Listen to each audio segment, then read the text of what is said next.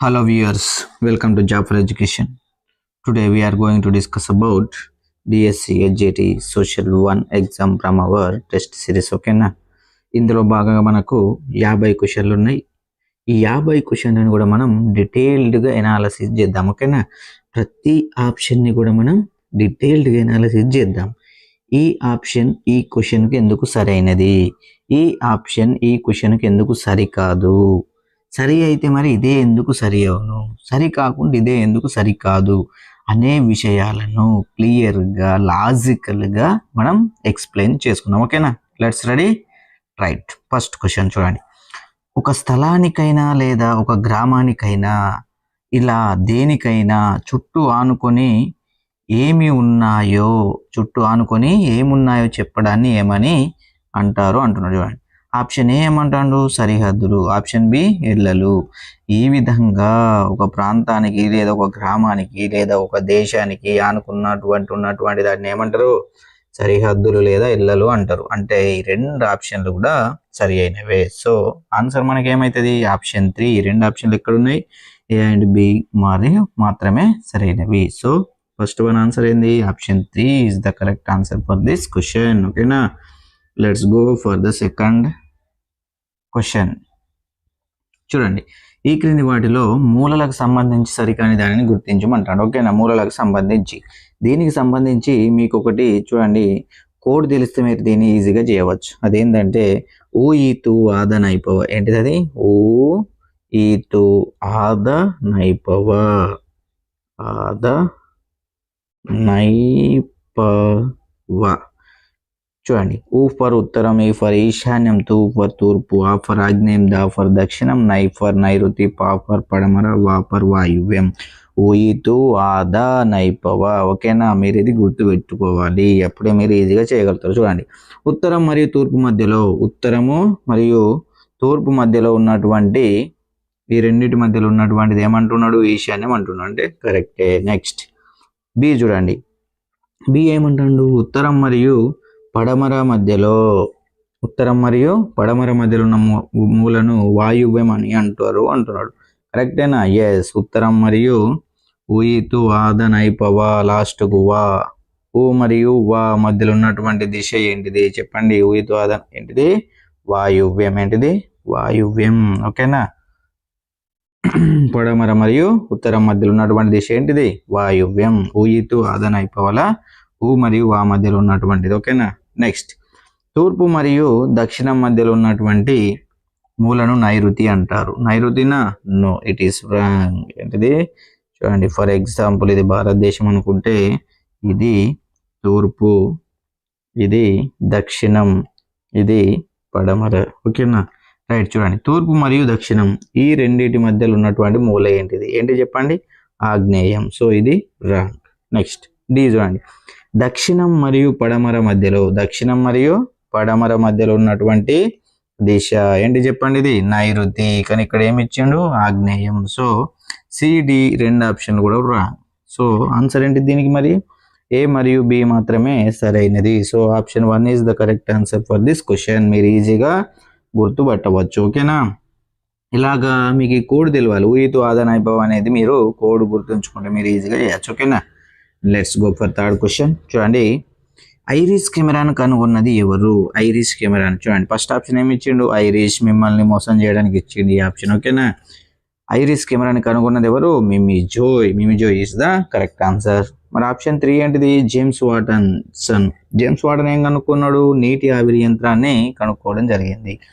Next James బింద్లే, ఈ బింద్లే అనేటోడు హర్సిలీ కాలువ అనేది ఇంగ్లాండ్లో కనుక్కున్నాడు. ఓకేనా, రైట్. నెక్స్ట్ క్వశ్చన్ చూడండి, ఈ క్రింది వాణిలో తహసీల్దార్ కార్యాలయం చేయి పనులకు సంబంధించి సరైన వాటిని గుర్తించండి. ఇందులో కీవర్డ్ ఏంటిది, తహసీల్దార్ కార్యాలయం. తహసీల్దార్ కార్యాలయం ఏమేమి పని చేస్తుంది, రేషన్ కార్డు ఇవ్వడం ఇస్తుందా, ఎస్ ఇస్తుంది. నెక్స్ట్ కులం మరియు ఆదాయ ధృవీకరణ పత్రాలు ఇవ్వడం ఇస్తుంది, ఎస్.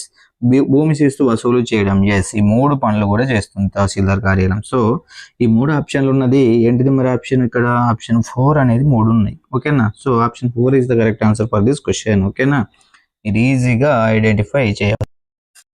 రైట్. నెక్స్ట్ క్వశ్చన్ చూడండి, 6th క్వశ్చన్.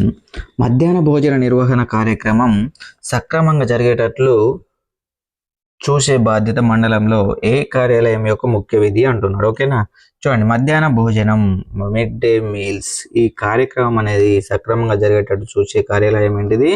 మండల వనరుల కేంద్రం అనేది చూసుకుంటుంది. ఓకేనా, మండల పరిషత్ కార్యాలయం కాదు, తహసీల్దార్ కార్యాలయం కాదు, ప్రాథమిక ఆరోగ్య కేంద్రం కూడా కాదు. ఓకేనా, వీఆర్ ద టీచర్స్. సో మనకు ఎండిఎంకు సంబంధించినటువంటి ప్రతి విషయం పైన కూడా అవగాహన కలిగి ఉండాలి. ఓకేనా, రైట్. చూడండి, నెక్స్ట్, మండల పరిషత్ సమావేశాలు ఎన్ని నెలలకు ఒకసారి జరుగుతాయి? చూడండి, కీవర్డ్ ఏంది? ఎన్ని నెలలకు ఒకసారి మండల పరిషత్ సమావేశాలు.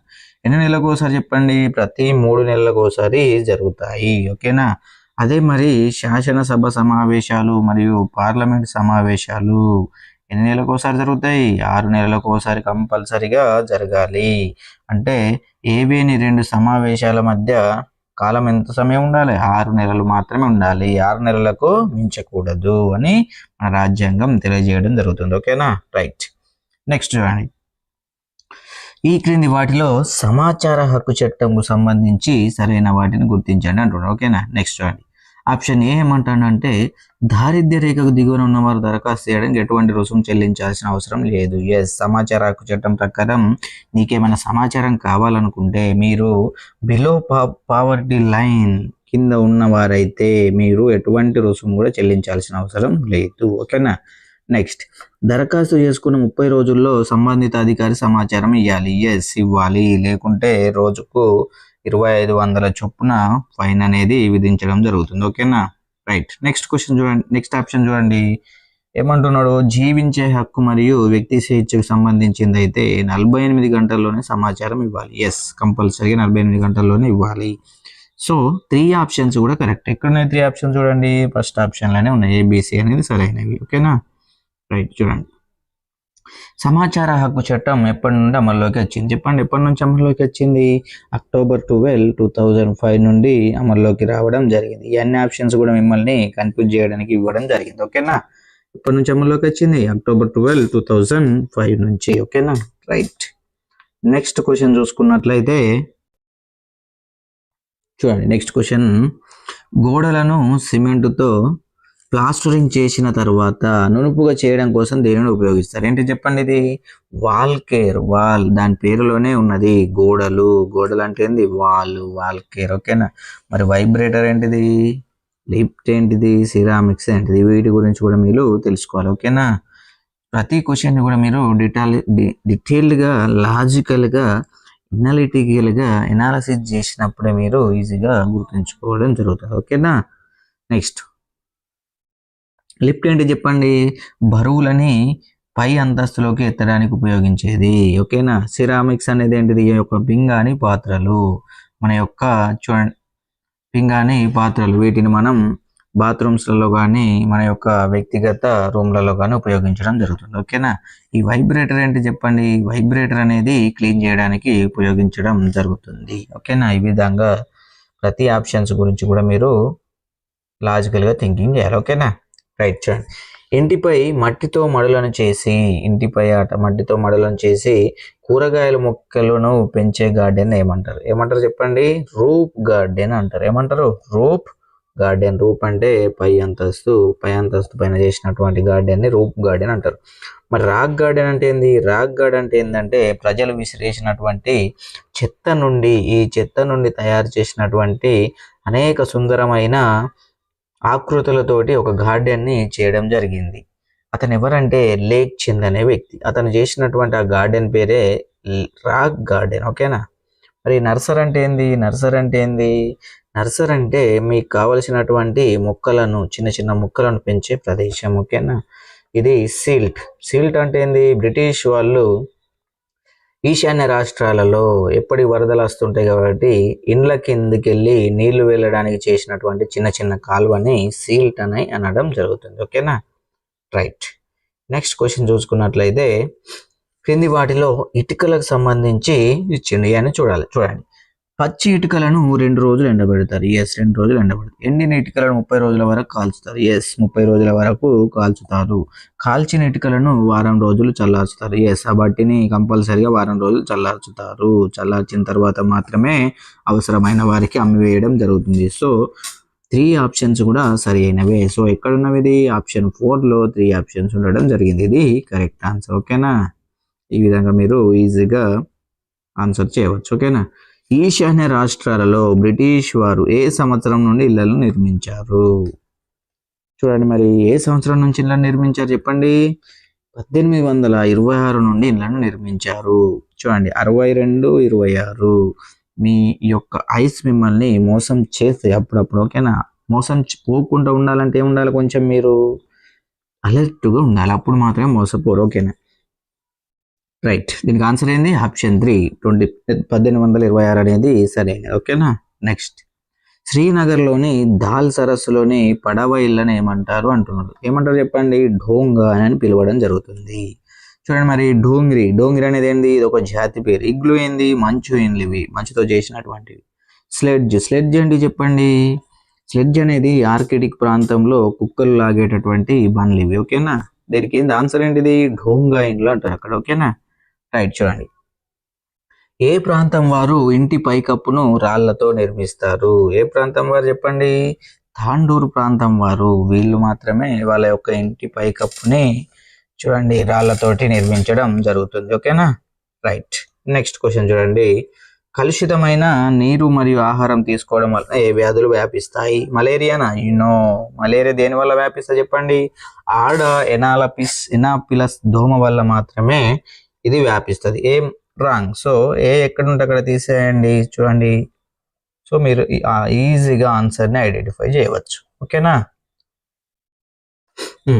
చూడండి, మరి కలరా టైఫాయిడ్ అనేది ఎట్లా వస్తుంది చూడండి. ఇవి మాత్రమే కలుషితమైన నీరు మరియు కలుషితమైన ఆహారం తీసుకోవడం వలన వస్తుంది. ఓకేనా?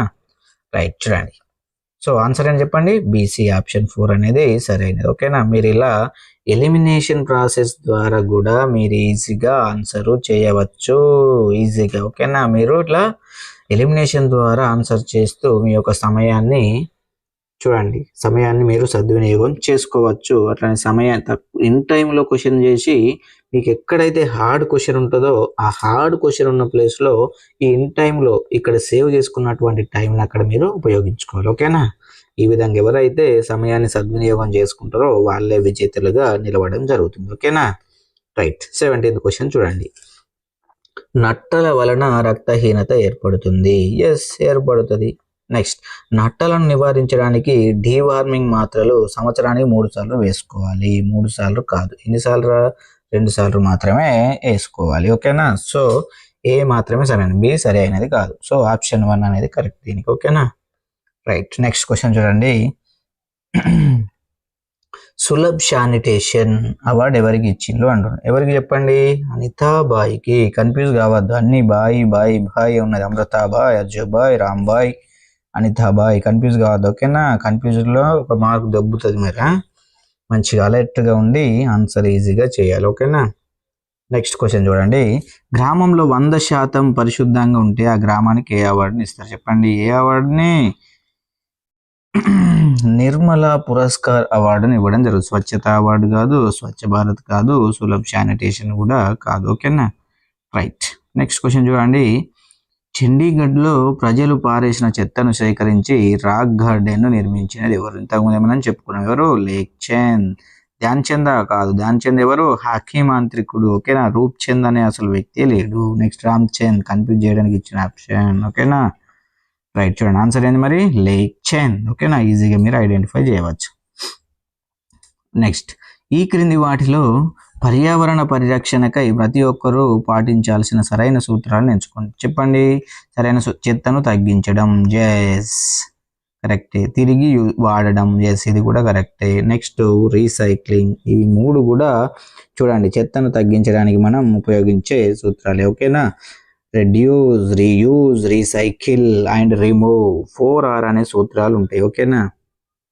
ఇక్కడ కేవలం 3R మాత్రం ఇవ్వడం జరిగింది. 4Rని కూడా మీరు నేర్చుకోవాలి. ఓకేనా? నేర్చుకొని మీరు ఈజీగా ఆన్సర్ చేయాలి. సో ఆన్సర్ ఏమైంది దీనికి? ఆప్షన్ 4 అనేది correct answer for this question. ఓకేనా? రైట్. నెక్స్ట్ క్వశ్చన్ చూడండి. రామప్ప చెరువుకు సంబంధించి కింది వాటిలో సరైన వాటిని గుర్తించండి. ఇది మానవ నిర్మిత చెరువు. Yes correct. మానవులు మాత్రం నిర్మించినది. 13వ శతాబ్దంలో నిర్మించారు. ఎస్ 13వ శతాబ్దంలో నిర్మించారు. ఇది 24 చదరపు కిలోమీటర్లలో విస్తరించి ఉంది. ఎస్ 3 ఆప్షన్స్ కూడా సరైనవి. సో ఇది correct answer for this question. ఓకేనా? ఇంకా చూడండి, రామప్ప చెరువు యొక్క పక్కనే ఒక దేవాలయం ఉంటుంది. అదేం దేవాలయం? రామప్ప దేవాలయం. ఓకేనా? ఒక శిల్పి పేరు మీదుగా మొట్టమొదటిసారి ఒక దేవాలయానికి వచ్చిందంటే అది ఇది మాత్రమే. ఓకేనా? రామప్ప దేవాలయంలోని ఇటుకలు అనేటివి నీళ్ళలో తేలుతాయి. ఇది కూడా ఇంపార్టెంట్. ఓకేనా? నెక్స్ట్, రామప్ప దేవాలయం అనేది యునెస్కో యొక్క ప్రపంచ వారసత్వ ప్రదేశాలలో చోటు అనేది దక్కించుకోవడం జరిగింది. ఇది కూడా ఇంపార్టెంట్ మీ యొక్క జనరల్ స్టడీస్కి సంబంధించి. ఓకేనా? రైట్. నెక్స్ట్ క్వశ్చన్కి వచ్చేసినట్లయితే, ఉదయ సముద్రం అనే చెరువుని పిలుస్తారు. చెప్పండి, ఉదయ సముద్రం అని దేని పిలుస్తాం మనం? పానగల్లు చెరువుని ఉదయ సముద్రం అని పిలవడం జరుగుతుంది.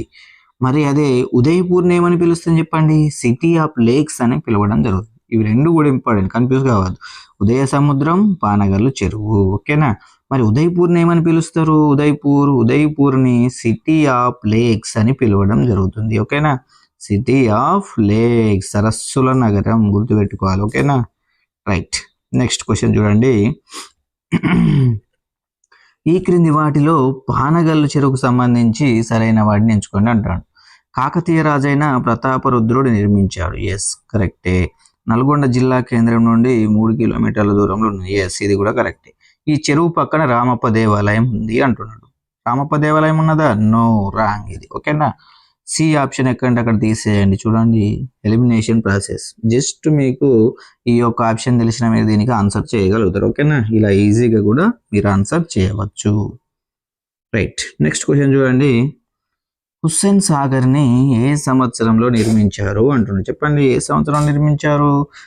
1562వ సంవత్సరంలో హజరత్ హుస్సేన్ షావలి అనే వ్యక్తి నిర్మించడం జరిగింది. ఈ కాలంలో ఉన్నటువంటి మరి సుల్తాన్ ఎవరంటే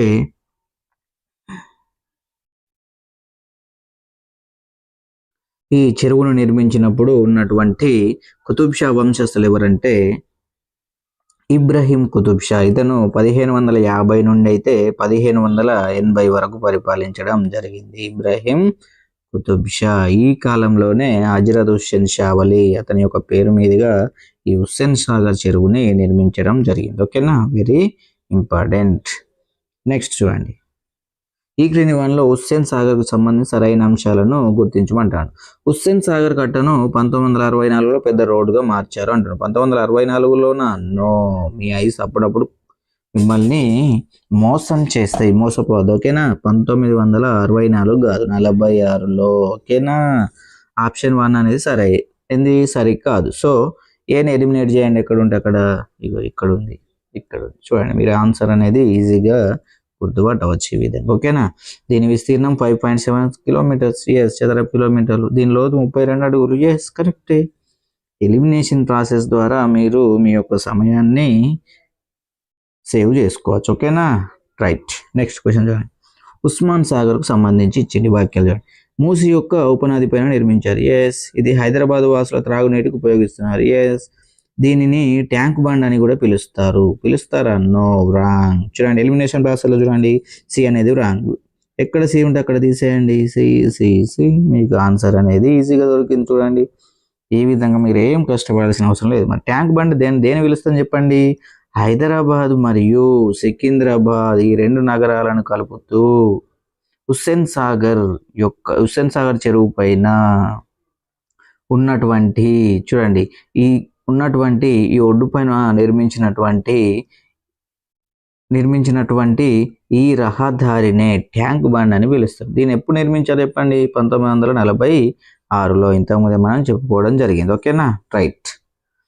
నెక్స్ట్ క్వశ్చన్ చూడండి.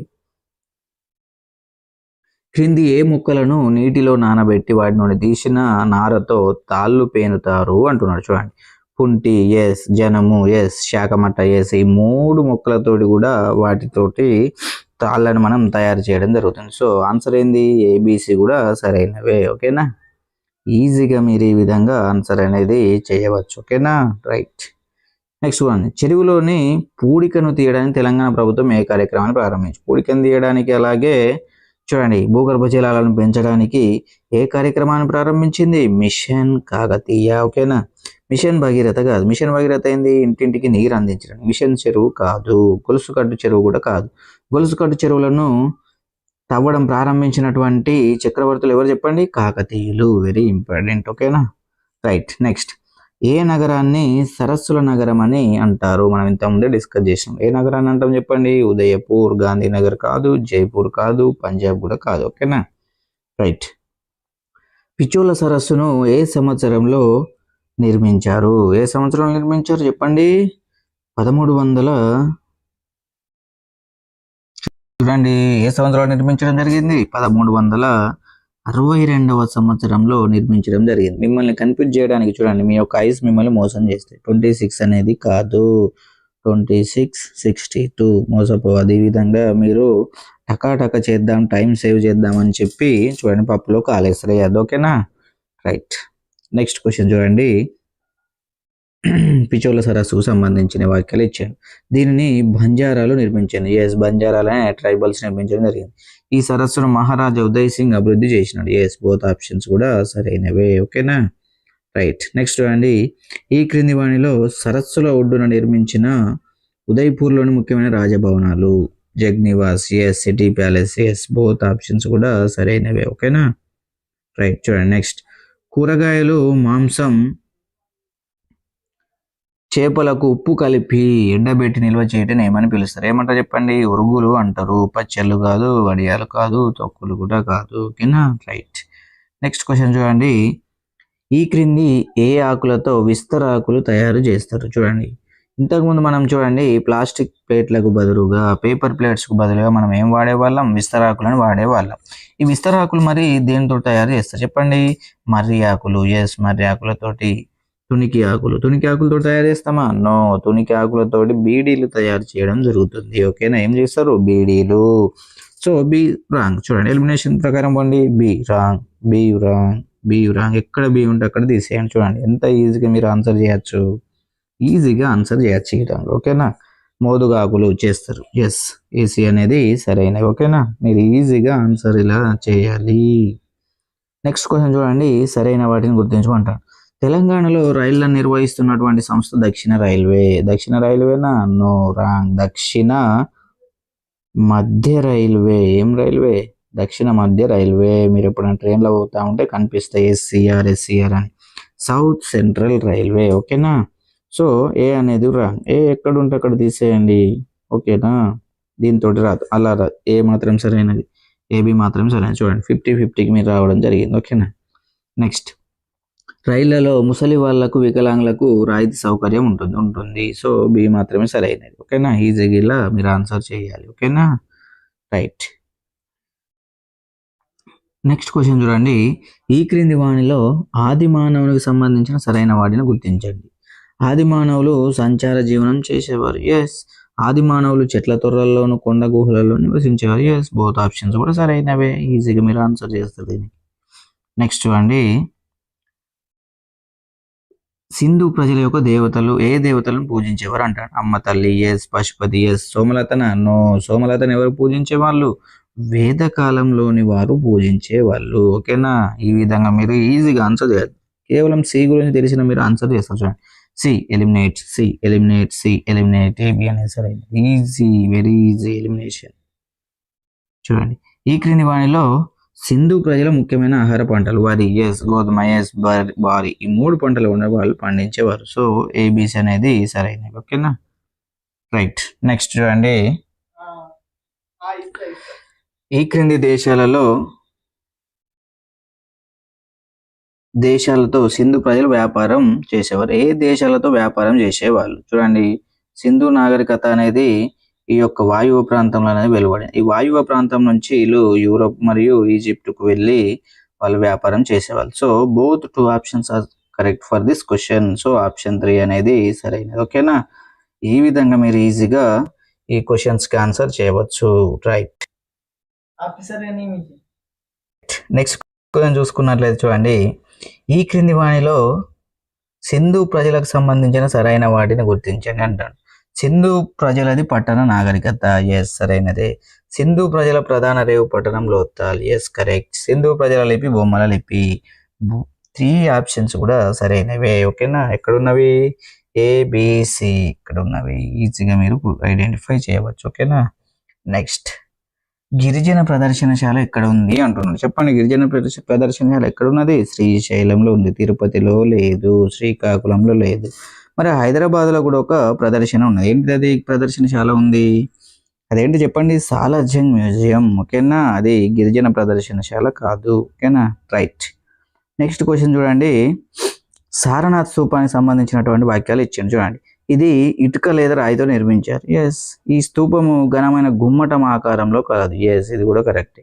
ఈ స్తూపము ఉత్తరప్రదేశ్లోని వారణాసి దగ్గర గల సారనాథ్లో కలదు, ఎస్.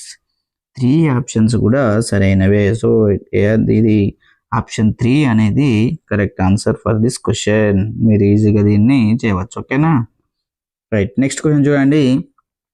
అశోకుని స్తంభం దేనితో నిర్మించారు? చెప్పండి, దేనితో నిర్మించారు? ఇసుక రాయితోటి నిర్మించారు. సిమెంట్ అప్పుడు లేనే లేదు, రాయితో కాదు, ఇటుకలతో కూడా కాదు. ఓకేనా, రైట్. నెక్స్ట్ క్వశ్చన్ చూడండి. తెలంగాణ అమరవీరుల స్తూపం ఏ ఉద్యమకాల అమరవీరుల గుర్తింపుగా నిర్మించారు అంటున్నారు. చెప్పండి, ఇది ఏ కాలం నాటి అమరవీరులకు సంబంధించింది? 1969 నాటి ఉద్యమకాల అమరవీరులకు సంబంధించినటువంటిది. ఓకేనా, 2009కి సంబంధించింది కాదు, 96 కాదు, 98 కూడా కాదు. ఓకేనా, రైట్. ఈ విధంగా మీరు ఈజీగా ఆన్సర్ చేయవచ్చు. రైట్. నెక్స్ట్ క్వశ్చన్ చూడండి. ఈ క్రింది వాటిలో కుతుబ్ మీనార్కు సంబంధించి సరైన వాటిని గుర్తించండి అంటాడు. కుతుబ్ మినార్ ఎత్తు 75.2 అంటున్నాడు. సరైనదా? సరికాదు. మీ యొక్క కళ్ళు మిమ్మల్ని మోసం చేస్తాయి అప్పుడప్పుడు. మరి దీనికి ఎంత చెప్పండి? 72.5 మీటర్లు. సో ఫస్ట్ ఆప్షన్ అనేది రాంగ్. సో ఎలిమినేషన్ చేయండి. ఇప్పుడు మీరు ఈజీగా ఆన్సర్ చేయగలరు. ఏ ఎక్కడ ఉంటే అక్కడ ఎలిమినేట్ చేయండి. ఏ ఏ ఏ మీకు ఒకటే ఆన్సర్ దొరికించండి. ఈజీగా ఆన్సర్ చేయొచ్చు. దీన్ని కుతుబుద్దీన్ ఐబాక్ నిర్మాణం ప్రారంభిస్తే ఇల్టట్ మిషన్ అనేది పూర్తి చేయడం జరిగింది, yes correct answer, right. Next question చూడండి. చార్మినార్కు సంబంధించి దీని యొక్క ఎత్తు 85 మీటర్లు అంటున్నాడు. మీ యొక్క వయసు మిమ్మల్ని మోసం చేస్తాయి. 85 కాదు, ఏంటిది? 58 మీటర్లే.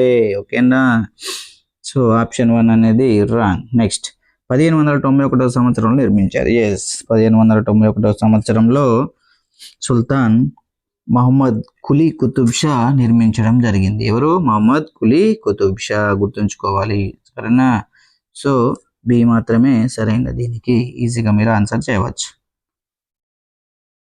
నెక్స్ట్ క్వశ్చన్ చూడండి. అశోకుడు బిందుసారుని మనవడు అంటున్నాడు. అశోకుడు బిందుసారుని యొక్క మనవడా? నో, బిందుసారుని యొక్క కొడుకు. మరి ఎవరి యొక్క మనవడు? మౌర్య చంద్రగుప్తుని యొక్క మనవడు. మౌర్య చంద్రగుప్తుని యొక్క మనవడు. సో ఫస్ట్ ఆప్షన్ అనేది రాంగ్. ఎలిమినేషన్ చేయండి. మీకు తెలుసు కదా ఎలిమినేషన్. ఇగోండి తీసేయండి. ఏ ఎక్కడ ఉంటే అక్కడ తీసేయండి. ఇగోండి ఆన్సర్ మీకు ఈజీగా వస్తుంది ఇట్లా చేస్తే. ఓకేనా, చూడండి ఎందుకైనా మంచిది ఈ ఆప్షన్ కూడా మనం డిస్కస్ చేద్దాం. చూడండి, అశోకుడు కళింగ యుద్ధం తర్వాత బౌద్ధ మతాన్ని స్వీకరించాడు, ఎస్. మన జాతీయ పతాకం మధ్యలోని ధర్మచక్రం అశోకుడు నిర్మించిన సారనాథ్ స్తూపం నుండి తీసుకున్నదే, ఎస్ 2 ఆప్షన్స్ కూడా సరైనదే. సో ఆప్షన్ 2 అనేది సరైనది. ఓకేనా, మీరు ఈజీగా గుర్తుపట్టు. నెక్స్ట్ క్వశ్చన్ చూడండి. గుప్తులకు సంబంధించి చూడండి.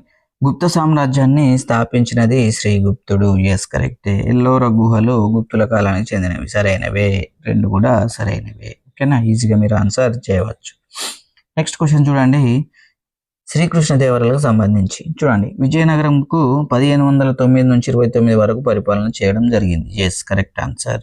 ఇతను ఆముక్త మర్యాద అనే గ్రంథాన్ని రచించారు, ఎస్ రచించాడు. ఇతని కాలంలో నవరత్నాలు అనే కవులు ఉండేవారు. నో, నవరత్నాలు కాదు, అష్టదిగ్గజ అనే కవులు ఉండేవాళ్ళు. సో ఆప్షన్ సి అనేది రాంగ్. చూడండి, మనం ఎలిమినేషన్ చేద్దాం. చూడండి, సి అనేది రాంగ్. సి ఎక్కడ ఉండి అక్కడ తీసేయండి. ఇదిగోండి ఎంత ఈజీగా మీకు ఆన్సర్ వచ్చింది చూడండి. ఓకేనా, చూడండి దీన్ని కూడా డిస్కస్ చేద్దాం. నవరత్నాలు ఎక్కడ ఉంటాయో చెప్పండి. రెండవ చంద్రగుప్తుని ఆస్థానంలో ఉండేవాళ్ళు. ఎక్కడ? రెండవ చంద్రగుప్తుని ఆస్థానంలో నవరత్నాలు అనే కవులు ఉండేవారు. ఓకేనా? ఈ విధంగా మీరు ప్రతి ఆప్షన్ కూడా డీటెయిల్డ్గా డిస్కస్ చేయాలి. అప్పుడు మాత్రమే మీరు దానికి 360 డిగ్రీస్కు సంబంధించినటువంటి జ్ఞానాన్ని మీరు పొందగలుగుతారు. ఓకేనా? రైట్. ఈ విధంగా ప్రతిరోజు మీరు క్వశ్చన్స్ ప్రాక్టీస్ చేస్తూ మీరు చూడండి. మీరు చేయాల్సింది ఏం చేయాలి? ఫస్ట్ మీరు రీడింగ్ చేయాలి, ఆ తర్వాత మళ్ళా రివిజన్ చేయాలి, మళ్ళీ కూడా రివిజన్ చేయాలి. RRR సినిమా చూసిర్రు కదా, RRR ప్రాసెస్ని మీరు కూడా ఫాలో కావాలి. రీడ్, రివైజ్ అంతే, రివైజ్. ఓకేనా? ఇదే ప్రాసెస్ని మీరు ఫాలో అవుతూ ఎగ్జామ్లో మంచి మార్కులు పొందాలని మనసా వాచా కోరుకునే మీ జాఫర్ ఎడ్యుకేషన్. ఓకేనా? రైట్.